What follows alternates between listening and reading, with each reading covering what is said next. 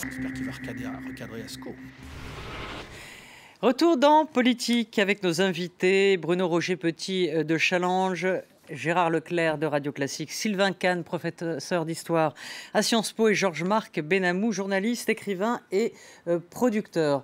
Donc on continue sur l'actualité politique et bien sûr cette semaine, Valls qui a quitté donc Matignon pour se lancer dans l'aventure de la primaire socialiste. Donc où va Valls? En tout cas, voilà ce qu'il disait hier pour son premier meeting de campagne. On l'écoute. On ne s'improvise pas candidat à la présidence de la République. Et si je suis candidat à la présidence de la République, après le choix qui a été celui de François Hollande, c'est parce que je pense que je suis capable d'incarner la France dans ce monde d'aujourd'hui, d'incarner nos valeurs et d'incarner une France forte et généreuse. Voilà, c'est toute la question, dans le fond, c'est les valeurs de Valls. C'est très compliqué pour lui. C'est vrai qu'il dit qu'il ne veut pas gouverner à coup d'ordonnance. Il a fait le 49-3. Les impôts, il veut les baisser. Or, effectivement, il a été quand même dans un gouvernement qui a manié le gourdin fiscal. Dans le fond, comment il peut se positionner? Est-ce qu'il faut qu'il fasse du Valls, c'est-à-dire rester un peu à la droite du Parti socialiste, ou on a vu qu'il commençait à faire la triangulation en parlant du Made in France. Il a un atout, bien évidemment, c'est le côté présidentiel, c'est le côté expérience, c'est le côté énergie, c'est le côté autorité, tout ça, ça va. Valls est un très bon candidat de premier tour de la primaire, mais c'est un très mauvais candidat de deuxième tour, parce qu'il est clivant. C'est-à-dire qu'il peut très bien arriver, d'ailleurs il y a des sondages qui donnent à peu près ça, autour de 40-45% au premier tour, et se faire battre au second, parce que tous les autres seront contre lui. Parce que, effectivement, il a ce côté très clivant, il a ce positionnement qu'il a cultivé depuis longtemps, comme vous dites, pour aller vite à la droite du Parti socialiste. Tout ça, c'est des termes qu'il faudrait peut-être regarder d'un peu plus près, mais enfin, c'est quand même ça, il y a quand même un peu de vrai, quoi, hein, et y compris jusque quand il disait qu'il fallait changer même le nom du Parti socialiste, qu'il fallait supprimer l'ISF, les 35 heures, etc. Tout ça, c'est pas tout à fait les choses que le militant de base socialiste a envie d'entendre. Donc voilà, c'est ça son souci. Donc il est, oui c'est ça, c'est 5%. Mais c'était il y a 5 ans, c'était avant. Hollande était Monsieur 3%. Toute sa problématique maintenant, c'est d'essayer effectivement de donner le sentiment qu'il s'est recentré et mais en même temps sans se trahir. Donc c'est pas simple. Oui, c'est compliqué, Bruno. Comment il fait dans le fond pour ne pas à la fois être obligé d'avaler le bilan de Hollande, tout en le ménageant, tout en étant un peu sur sa gauche et en restant Manuel Valls? C'est compliqué. Non, mais c'est une équation impossible. Ah, voilà. Vous avez un président qui ne peut pas se représenter à cause du bilan. Bon, très bien. Donc vous avez un Premier ministre qui porte le même bilan qui se présente devant des électeurs de gauche. Alors, la tactique, c'est de dire oui, mais il y a une question d'incarnation, de verticalité, de présidentialité. Hollande ne le portait plus, Valls le porte. Moi, je veux bien, mais je constate qu'une fois qu'il est sorti de Matignon, le roi est un peu nu, quand même. Bon. Ensuite, vous avez un deuxième temps qui est ce qu'il a incarné pendant des années, c'est-à-dire la transgression, la provocation permanente. Gérard vient de le rappeler. Sur les 35 heures, il parle comme la droite. Sur les retraites, il parle comme la droite. Sur le Burkini, il parle comme la droite, voire comme l'extrême droite, puisqu'il a soutenu des arrêtés municipaux pris cet été par un maire Front National qui est David Raffi. Et retoqué par le Conseil sur les migrants, il parle comme la droite. Sur l'immigration, il parle comme la droite. Mais oui. Sur les Roms, il parle comme la droite. Mais pourquoi vous avez quand même, sur la PMA et la GPA que réclament un certain nombre de cercles de gauche, il parle comme la droite. Donc vous avez quand même une fâcherie. Mais ça veut dire que tous ces sujets-là ne devraient pas être des sujets de gauche? Si, ce sont des sujets de gauche. Mais c'est bien ce que je vous dis. C'est-à-dire que chaque fois qu'il s'agit de cocher une cage de gauche, il est à côté. Dans toutes les familles de la gauche. Il y a à dire sur les cases de la gauche. Dans toutes les familles de la gauche. Donc il y a un moment, pardon Georges-Marc, mais... Bon, alors évidemment, il le sait bien, il en est conscient. Donc ça donne cette déclaration de candidature, plus ce premier meeting, où c'est « je vous aime tous, on va tous se réconcilier, je suis l'homme de toutes les synthèses », alors qu'il ne l'est pas. Alors son seul atout qu'il a aujourd'hui, en l'état, c'est qu'effectivement, ni Benoît Hamon, ni Arnaud Montebourg ne sont des candidats porteurs de présidentialité, verticalité, tout ce qui incarne une fonction présidentielle. J'attends de voir ce que ça donnera avec Vincent Peillon. Son seul atout, c'est ça. Mais je crois qu'aujourd'hui, compte tenu de l'état de ceux qui sont appelés à venir voter à la primaire de gauche, c'est-à-dire en gros les gens de gauche les plus impliqués dans la vie publique, ils finissent par le payer parce que dans cet électorat, il y a l'idée que de toute façon, l'électorat est plié et que l'élection est pliée et que d'une certaine façon, on peut se défouler. Je ne sais pas si une équation est impossible. En tout cas, comme le dit Gérard, c'est une mission extrêmement difficile. Il est indiscutable qu'il y a dans les sondages, la déclaration d'Evry, la mise en scène, etc., une dynamique valse. Et elle est là depuis quelques jours. On sent un petit peu dans les sondages, en tout cas, que ça monte. Oui, donc il y a une dynamique valse. Mais à l'œuvre, il y a une anti-dynamique valse. C'était un peu comme Sarkozy au moment de la primaire. Et que cette anti-dynamique, elle va coaguler tous les médiocres et tous les opposants. Choisissez les médiocres, choisissez les opposants. Mais effectivement, c'est la conjuration et c'est la fin du suicide du Parti socialiste. Ils sont tellement ridicules que ça va continuer et que probablement on aura un psychodrame dont le jeu principal est de tuer Manuel Valls. Voilà, avec des choses de casting ahurissantes. Et on a redécouvert M. Payon qui a tout planté à l'éducation nationale parce qu'il a une belle gueule, des beaux yeux, des lunettes à la mode, qu'il a un look. Mais finalement, c'est... Là aussi, Mitterrand parlait des petits avocats de province, mais c'est des cadras qui sont devenus des quinquas, qui n'ont rien compris à la Ve République. Enfin, cet alignement... Vous dites au moins ils sont beaux, ceux-là, parce qu'on dit souvent que la politique, c'est le showbiz pour les moches. Ben oui, l'idée... Donc là, au moins, ils sont beaux. En 1995, il y avait le même démarche de casting, parce que quand Jacques Delors, qui était déjà élu, décide un soir chez Anne Sinclair de ne pas se présenter, les socialistes, ils ont cherché des gens. Outre Emmanuel et Anne Lauvergeon, à l'époque, avait proposé à Mitterrand un beau casting. Un homme qui ressemblait à Kennedy comme candidat. Et c'était Jean-Marc Ayrault. Ah, mais oui, effectivement, maintenant que vous le dites, c'est vrai, ça saute aux yeux. On va peut-être voir ce sondage, parce que c'est notre pain quotidien. Nous, les journalistes, on a comme pain quotidien les petites phrases, et puis les sondages. Donc ici, on tombe un peu dans le panneau, mais bon, c'est une photographie d'aujourd'hui. Si c'est un sondage interactif, on va dire un mot, peut-être Sylvain. Harris Interactive. Ce qui est intéressant, moi, voilà, le panel, j'aimerais savoir sur combien de sondés ça a été réalisé. Parce que si on est dans un truc à 600 ou 700 interrogés, comme c'est souvent le cas avec ces sondages sur les sympathisants de gauche, la marge d'erreur, c'est plus ou moins 4 points. C'est-à-dire que c'est pas toujours tout à fait... Vous voyez, il y a matière à réflexion. C'est les sympathisants de la gauche du Parti socialiste, d'ailleurs. C'est sur les sympathisants de gauche, mais si on regarde les sympathisants socialistes, alors là, c'est assez surprenant. Valls, au contraire, est encore plus en avance, il est à 62-25. Mais c'est là où ils font le deuxième tour, et le deuxième tour, ils sont quasiment à 50-50. Donc ça veut dire que le curseur des gens qui voteraient au Parti socialiste, les électeurs du PS sont de la gauche réformiste, alors, dans ce cas. Non, en 2011. Un réflexe de survie. En 2011, ce qu'on avait découvert avec la primaire. On vient de me dire 550 personnes sur le. Voilà. C'est une marge d'erreur de plus de 4 points. C'est pas fiable, mais bon, en tous les cas, en 2011, ce qui s'est passé, c'est que contrairement à tout ce qui était attendu par tous les experts, c'était que Hollande est passé largement en tête face à Aubry, parce que nous a-t-on expliqué dans les enquêtes Cali. Les gens qui ont participé à la primaire ont fait le calcul qu'avec Hollande, il y avait plus de chances de remporter la présidentielle qu'avec Aubry, même si leur cœur battait plutôt pour Aubry. Si on a quelque chose d'équivalent avec Valls, ça peut le faire. C'est la chance de Valls. C'est-à-dire que ce qui peut le faire gagner, c'est ça, ce sentiment chez les socialistes que le seul qui peut leur éviter l'humiliation, voire... Enfin, la défaite, ça paraît difficile. Mais en tout cas, l'humiliation, c'est Valls. Oui, mais comment il va se révéler On a eu 600 000 électeurs de gauche qui se sont déplacés à la primaire de droite. D'accord ? Dans l'idée qu'il fallait éviter Sarkozy dans un duel Sarko-Le Pen au deuxième tour. Donc, on peut se dire que ces gens-là, déjà, ça fait 600 000, ils vont aller à la primaire de gauche avec le même type de raisonnement consistant à dire quoi que je pense de Valls, je vais voter pour Valls parce qu'avec lui, au moins, on a une chance d'aller plus loin. Je suis d'accord avec vous, mais vous aurez les deux phénomènes. Et vous aurez la haine de cet homme de droite, comme dit Bruno Roger Petit, qui exagère un petit peu parce que c'est pas tout à fait l'homme de droite qu'on dit, etc. Pas les cases de gauche. Oui, on fait que... Donc il y aura plein de gens qui pensent qu'ils ne cochent pas les cases de gauche, qui vont aller voter contre Valls. Donc on va avoir les deux dynamiques concurrentes. Il n'est pas si impopulaire que ça, Valls, dans l'opinion publique, y compris dans l'opinion publique. Mais l'opinion, c'est pas la gauche. Oui, non, mais parce que le curseur, il non, mais même dans le on ne sait pas. On a découvert des choses avec la primaire de droite, des dynamiques de groupes collectifs absolument incroyables, et on ne sait pas comment ça va se passer. Bruno, on a vu que quand on parlait à son camp, on gagnait. Que les gens qui votent Mélenchon soient très anti-Valls, c'est sûr, mais est-ce que ces gens-là vont se déplacer à la primaire de la belle alliance populaire SIC? Quel nom? Il y a aujourd'hui au sein de l'électorat de la gauche l'idée que l'élection présidentielle est quasiment perdue.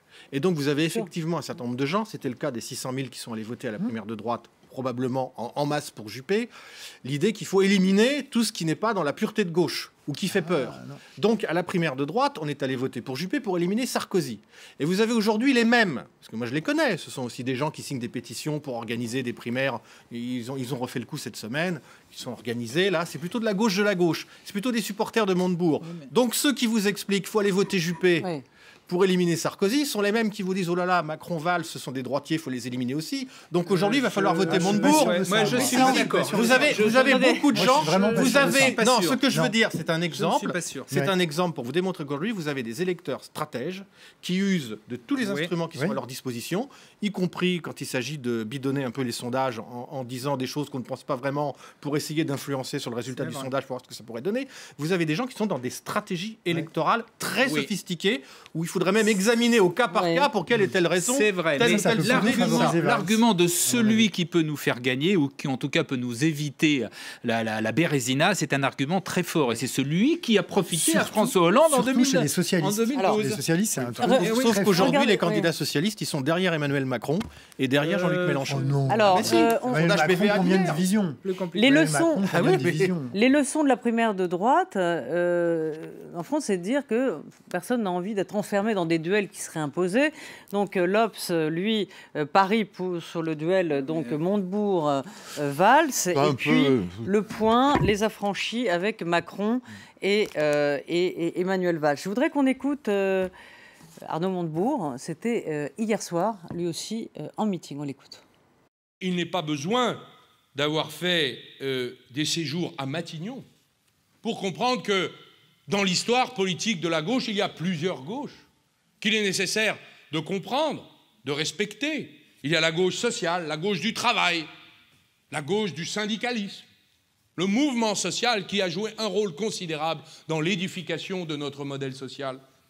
Il y a la gauche des libertés, des valeurs, celle qui pense que la conquête de la liberté est aussi précieuse que la prunelle de nos yeux et qui, elle-même, ne comprend pas l'état d'urgence permanent.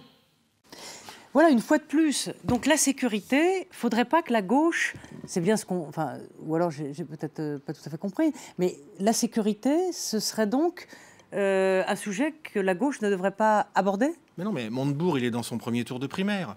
Il parle il parle à tous ceux qui ne supportent pas de Manuel Valls. Et de ce point de vue, il agite ce qui...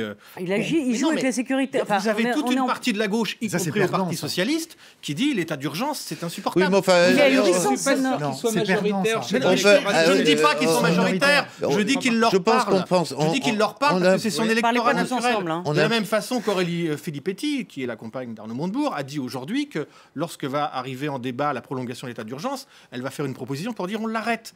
Donc il parle à la gauche de la gauche qui est sa... Peu importe. Mais ça c'est perdant-perdant. Oui, mais ils parlent à leur clientèle. Je suis bien d'accord, mais le problème est ça. Est-ce qu'ils sont majoritaires? Est-ce que cette clientèle est majoritaire au sein de la gauche? Je ne crois pas. Voilà, je pense qu'ils font ce pari, je suis d'accord avec toi. Mais en même temps, quelle importance? Montebourg, combien de divisions intellectuelles? Montebourg, il dit tout et son contraire. Montebourg, aujourd'hui, enfin, dont Jospin disait que c'est Marcel Déas, c'est-à-dire ce néo-socialiste qui a dérivé vers l'extrême droite. Il est quand même, il faut le répéter, il faut quand même l'expliquer, que sur un certain nombre de positions, il est plus proche de Marine Le Pen que de Manuel Valls. Est-ce la gauche du Parti socialiste, cela? Anti-Europe, tout ça, le protectionnisme, le socialisme national, les prudences qu'il a à l'égard de la sécurité, comme si c'était le diable. Il est plus proche de Marine Le Pen que de Manuel Valls. C'est ça. Sylvain n'est pas d'accord. Pourquoi?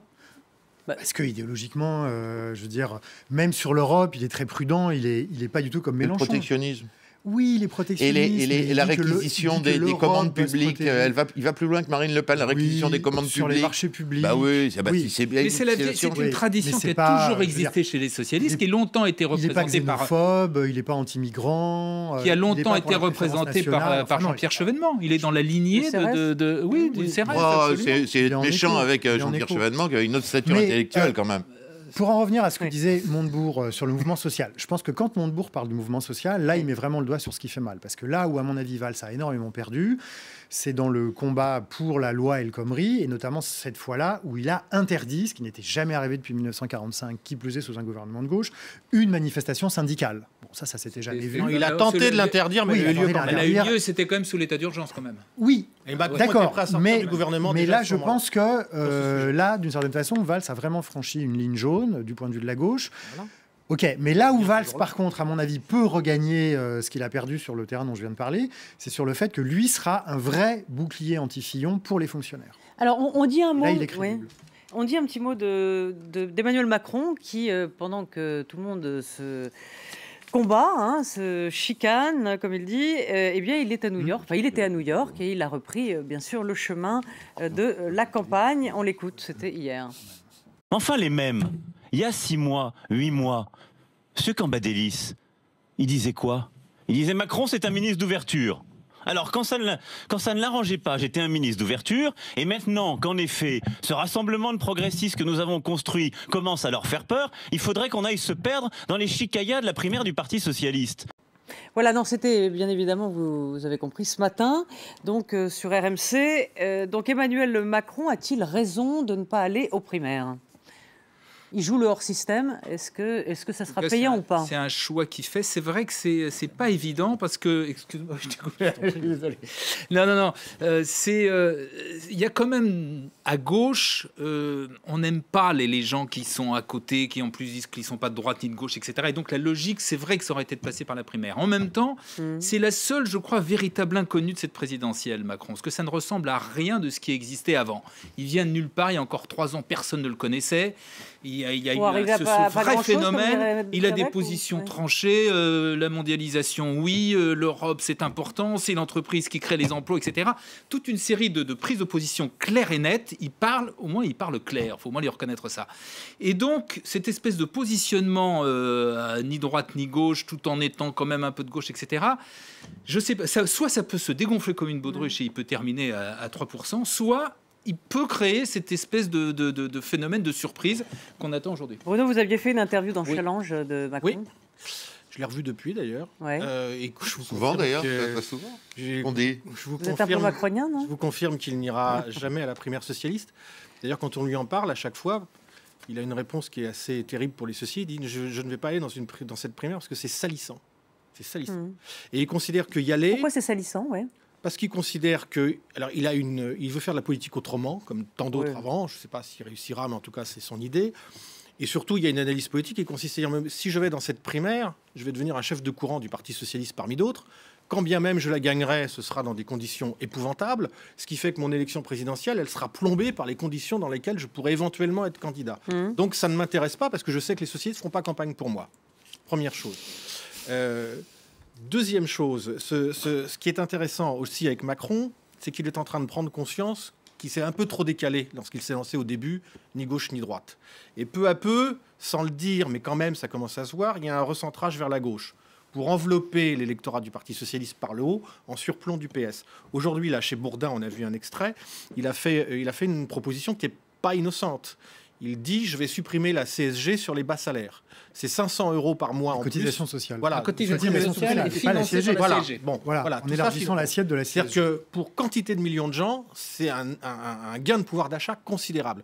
Donc on voit bien que, déjà il avait dit aussi dans l'Obs, un démissionnaire qui quitte son emploi au nom de la fluidité du travail, de sa liberté, etc., il a droit aux indemnités chômage, ce qu'aucun candidat ne propose. Donc il y a une ouverture vers le social. Pourquoi? Parce qu'il a compris quand même que le réservoir de voix, pour lui, c'était pas au centre droit, c'est à gauche. Et c'est à gauche qu'il doit aller chercher des électeurs s'il veut aller au bout de sa logique politique qui est, d'ici février, début mars, être en situation de dire aux électeurs, regardez, Il y a un candidat de gauche qui peut accéder au second tour. Ça commence à faire beaucoup sur le créneau de la gauche. Mais ça va être l'enjeu de janvier-février.